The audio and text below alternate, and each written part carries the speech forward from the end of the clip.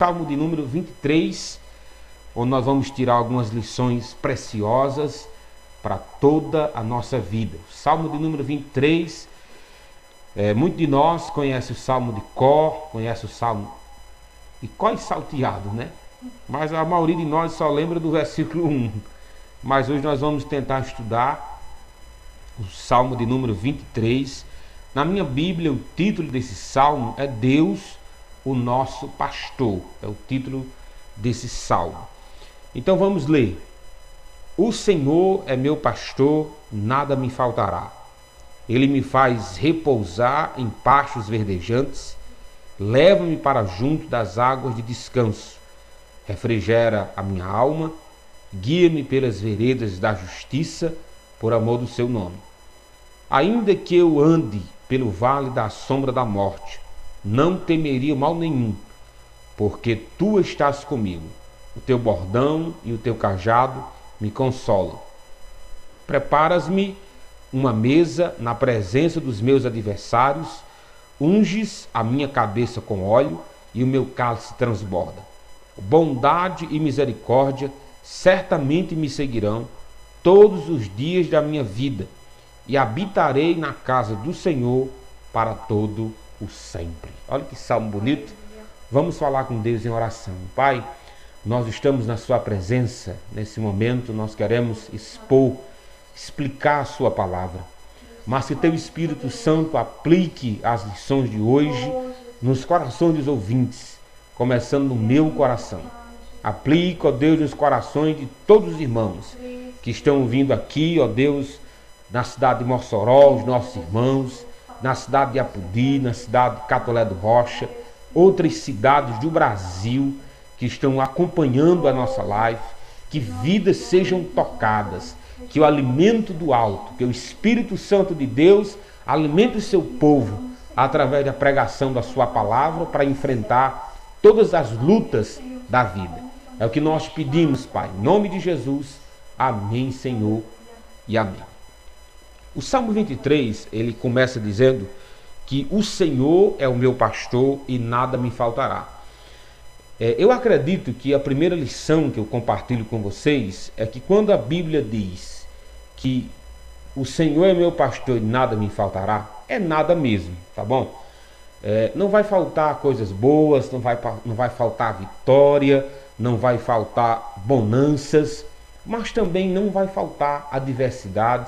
Mesmo o Senhor sendo nosso pastor, não vai faltar tribulações, não vai faltar angústias, não vai faltar também, a Deus não vai responder às nossas orações não respondidas, não vai faltar. Porque o texto não diz que o Senhor é o nosso pastor e nada de bom vai faltar. Está escrito assim, o Senhor é meu pastor e nada de bom vai faltar. Não, o texto não está dizendo isso. A garantia do versículo 1 do Salmo 23 é que o Senhor nunca deixará de ser o nosso pastor. Ele é o nosso pastor bendito. Nós entendemos que Jesus Cristo é o nosso bom pastor. Ele nunca vai nos abandonar, nunca vai nos desamparar e nada irá faltar. Eu acredito que nada vai faltar, é Ele mesmo, tá bom? A presença dEle nunca irá nos deixar. Mas as coisas boas, às vezes elas vão faltar. E as lutas, elas vão ter de sobra. Então não duvide que o Senhor é o seu pastor quando as coisas estiverem ruins. Não duvide que o Senhor é seu pastor quando as lutas, as tribulações vierem. Ele é o nosso pastor e nada vai nos faltar. Essa é uma certeza, uma convicção que o próprio Jesus disse. O nosso bom pastor disse, no mundo tereis aflições, mas tende bom ânimo, eu venci o mundo. Então há uma certeza de vitória, porque se Cristo, que é o nosso mestre maior, venceu, há outra certeza também, nós teremos aflições. Há uma certeza de vitória, mas há uma certeza também de aflições, quando ele afirmou que no mundo nós teríamos aflições, mesmo Jesus sendo o nosso bom pastor. E o texto continua. A segunda lição, ele diz assim, ele me faz repousar em pastos verdejantes. Pastos verdejantes, para quem conhece um pouco de cuidar de animal, não precisa ser um especialista, em saber que um pasto seco, um capim seco, não tem nutrientes para o animal, para a ovelha, para o cavalo, para o gado, não tem nutrientes. Onde há nutrientes, onde há substância, né, como a gente costuma dizer, é nos pastos verdes, é nele que está o alimento bom, o alimento saudável, um alimento que com certeza terá vitaminas para a ovelha. Mas o que seria então esses pastos verdejantes que o bom pastor nos guia? Nós entendemos que a palavra de Deus é o nosso alimento. Jesus chegou a dizer isso em Mateus capítulo 4, versículo 4. Jesus disse: nem só de pão viverá o homem, mas de toda palavra que procede da boca de Deus. Então o bom pastor, ele não nos leva a pastos secos, sem nenhum nutriente. Ele nos leva à sua palavra. A sua palavra é que nos dá vida, a palavra dele que nos sustenta, a palavra dele nos transforma, nos liberta, a palavra dele nos ergue, a palavra dele nos confronta. É a palavra dele que faz isso, que ressuscita os mortos. Foi pelo poder da sua palavra que os mundos foram criados, como diz lá no livro de Hebreus, capítulo 11, versículo 3. Pela sua palavra, os mundos foram criados. Então nós entendemos que quando Cristo nos leva a pastos verdejantes, Ele está nos guiando a sua santa palavra para nos dar força, para nos dar encorajamento para enfrentar as lutas da vida. Esse é o bom pastor que nos dá pastos verdejantes. E o texto prossegue dizendo, além de levar para pastos verdejantes, ele diz: leva-me para junto das águas de descanso. Algumas traduções têm águas tranquilas. Águas tranquilas eram lagos, que era ideal para lagos ou poços, ideal para matar a sede das ovelhas. Lembrando que Davi, o autor do Salmo, conhece muito bem o que está dizendo. Porque um rio com alta correnteza era muito perigoso para as ovelhas, onde elas podiam facilmente escorregar e cair e serem levados pela força dos rios. Mas ele está dizendo que o bom pastor não faz isso. O bom pastor nos leva a águas de descanso, a águas tranquilas. Águas tranquilas é onde a ovelha ela pode matar a sua sede sem nenhuma preocupação. O que seria essa água? Nós entendemos que se os pastos verdejantes é a palavra de Deus, nós entendemos que a água de descanso é o próprio Deus, é a presença de Deus. Sabe por quê? Jesus disse: eu sou a água da vida. Quem bebe essa água nunca mais terá sede. Jesus se revelou à mulher lá no tanque de Jacó, lá em João capítulo 4. Ele disse à mulher, ele disse: eu sou a água, quem beber de mim jamais terá sede. Então nós entendemos que Cristo em nossas vidas deve ser a água que mata a nossa sede. O maior prazer que nós devemos sentir deve ser a presença de Deus, a alegria de Deus. Como diz o Salmo, a alegria do Senhor é a nossa força. Se eu não entender que Cristo é a minha maior motivação de alegria, é a minha maior motivação de satisfação, de prazer, o que será? O que será? Algumas pessoas dizem: nossa, eu perdi a alegria de viver. Mas perdeu por que você perdeu? Não porque eu estou desempregado. Não, eu perdi porque a minha saúde foi-se embora. A nossa maior motivação de alegria deve ser Cristo Jesus, o nosso Senhor. Ele nos leva a águas de descanso. Ele nos leva a águas tranquilas. Ele nos leva à sua santa presença e dela nós podemos desfrutar para sempre. É uma água que a gente mata a sede. A gente não mata a sede, melhor dizendo, você depois que bebe, você nunca mais terá sede. Reformulando a frase, é quando você mata a sede em Jesus Cristo, você nunca mais terá sede. Essa sim mata a nossa sede. A terceira lição está aí no início do versículo 3. Ele diz assim: refrigera a minha alma. O que seria refrigerar a alma? Nós entendemos que todos nós sabemos o que é refrigerar. Você está suado, você está cansado, um dia exaustivo, chega em casa no seu trabalho, acabou de chegar do trabalho em casa, melhor dizendo, aí o que se faz? Você toma um banho. Você sabe o que acontece nesse banho? As suas forças, elas são renovadas.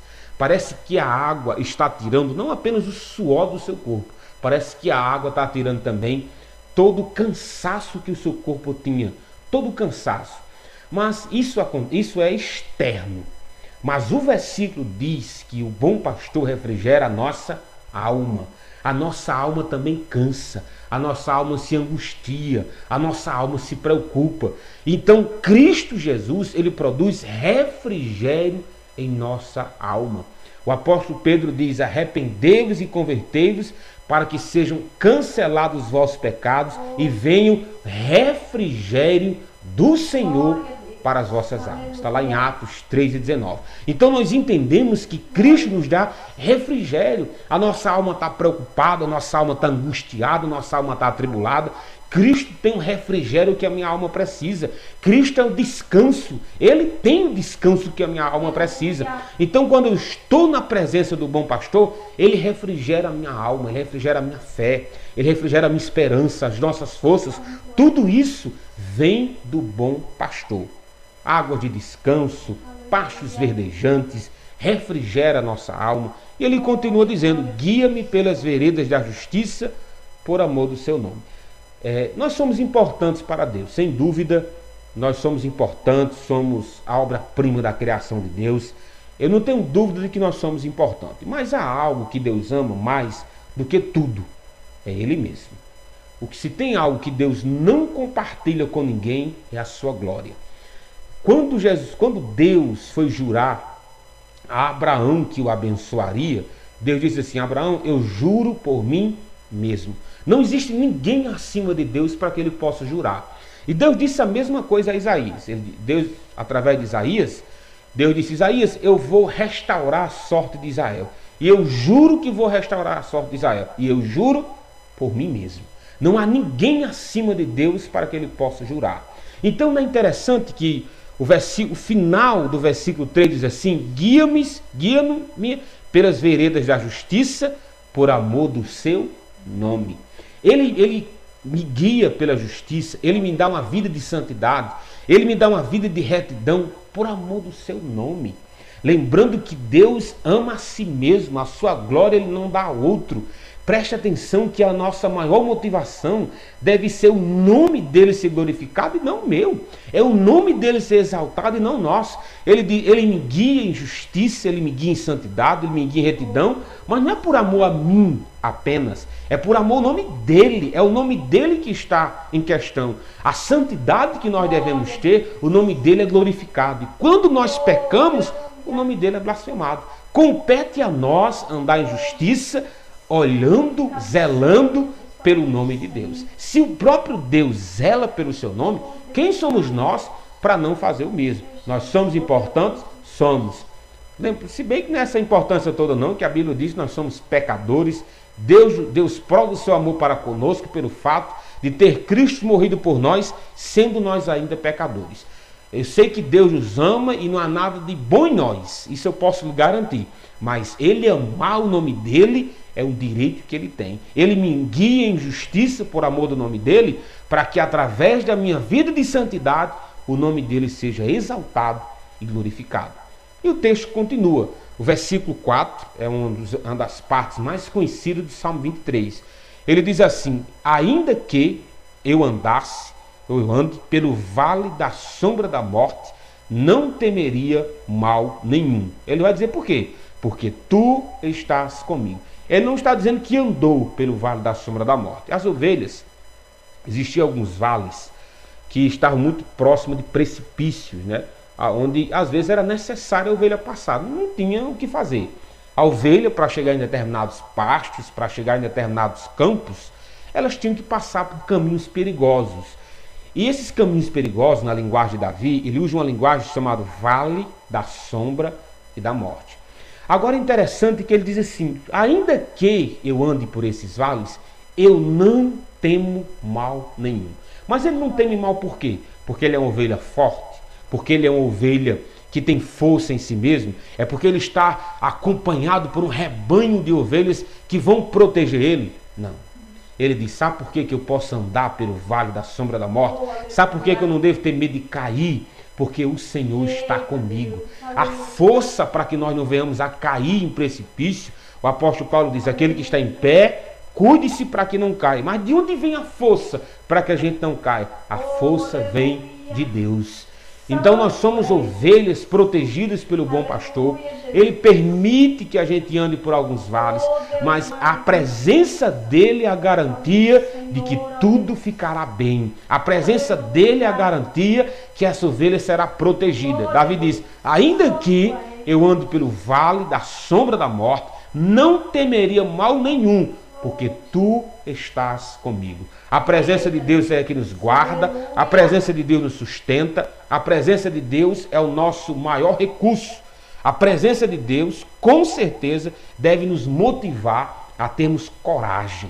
Então, um cristão que fica amedrontado, um cristão que fica assustado com tudo quer correr, quer se assustar, tem algo errado aí. Creia que o bom pastor está a nos guardar. Creia que o bom pastor, ele permite que a gente ande pelo vale da sombra da morte, mas ele está conosco, tá bom? Glória a Deus. E o versículo continua dizendo o seguinte: porque tu estás comigo. Estou no versículo 4. Finalzinho do versículo 4 diz: o teu bordão e o teu cajado me consolam. Agora pergunto: como é que um bordão que serve para bater na ovelha, um cajado, bordão, geralmente ele tem no final, ele tem forma um C, serve para puxar as ovelhas que estão próximo de cair de um aprisco, o pastor puxa a ovelha para perto de si. O cajado era uma madeira que no final tem uma parte grossa, um lombo, que geralmente essa parte servia para bater na ovelha mesmo. Quando ela estava dando trabalho, ele ia lá para bater na ovelha, apartava quando as ovelhas estavam brigando. Mas minha pergunta nesse versículo 4, mesmo no finalzinho do versículo 4, é como é que o bordão e o cajado consolam alguém? Como é que Davi se sentia consolado recebendo a disciplina de Deus, recebendo o cajado de Deus? Meus irmãos, a disciplina de Deus, ela só vem para aqueles que são amados por Deus. Quando Davi disse assim: eu me sinto consolado pelo seu bordão, eu me sinto consolado pelo seu cajado, ele está dizendo assim: eu sei que eu tenho valor para o Senhor, eu sei que o Senhor me ama, e quando o Senhor me disciplina, quando o Senhor me castiga, quando o Senhor chama a minha atenção, é porque o Senhor me ama. E o autor de Hebreus vai dizer justamente isso, de que o Senhor disciplina, que o Senhor castiga a todo aquele que ama e tem por filho. Então, se Ele é o nosso Pai, Ele tem todo o direito de nos disciplinar e nos castigar quando for preciso. E sinta-se consolado. Já pensou? Aleluia. Como é que eu vou me sentir consolado sendo disciplinado por Deus? É porque a disciplina de Deus, ela nos protege de algo pior. A disciplina de Deus nos freia para que a gente não chegue numa situação degradante, numa situação pior. Então, o bom pastor, ele nos consola, ele se sentia consolado, Davi, através do bordão e do cajado, porque isso são atitudes de amor. Quem ama, disciplina. Quem ama, cuida. Quem ama, exorta. Então, tenha convicção que Deus nos ama, tá bom? E o Salmo termina dizendo o seguinte: o Salmo diz: prepara-nos em uma mesa na presença dos meus adversários, unge a minha cabeça com óleo. E ele diz: e o meu cálice transborda. Ele está falando de um momento de honra em que o bom pastor faz com que a ovelha tenha. Alguns entendem que ele mudou o cenário de ovelha para um anfitrião que recebe alguém de honra. Algumas pessoas entendem que Davi parou de falar sobre ovelha e agora fala sobre o anfitrião, que um dono de uma casa que recebeu alguém, chamou outras pessoas para participar de um banquete, e ele quis honrar esse convidado. Como foi que ele honrou? Ele honrou colocando óleo sobre a sua cabeça, era uma tradição da época, e quando um cálice transbordava, ele estava dizendo: quão importante você é para mim. Lembrando que eu acredito que a lição aqui é a seguinte: Deus, ele honra quando ele quer honrar, tá bom?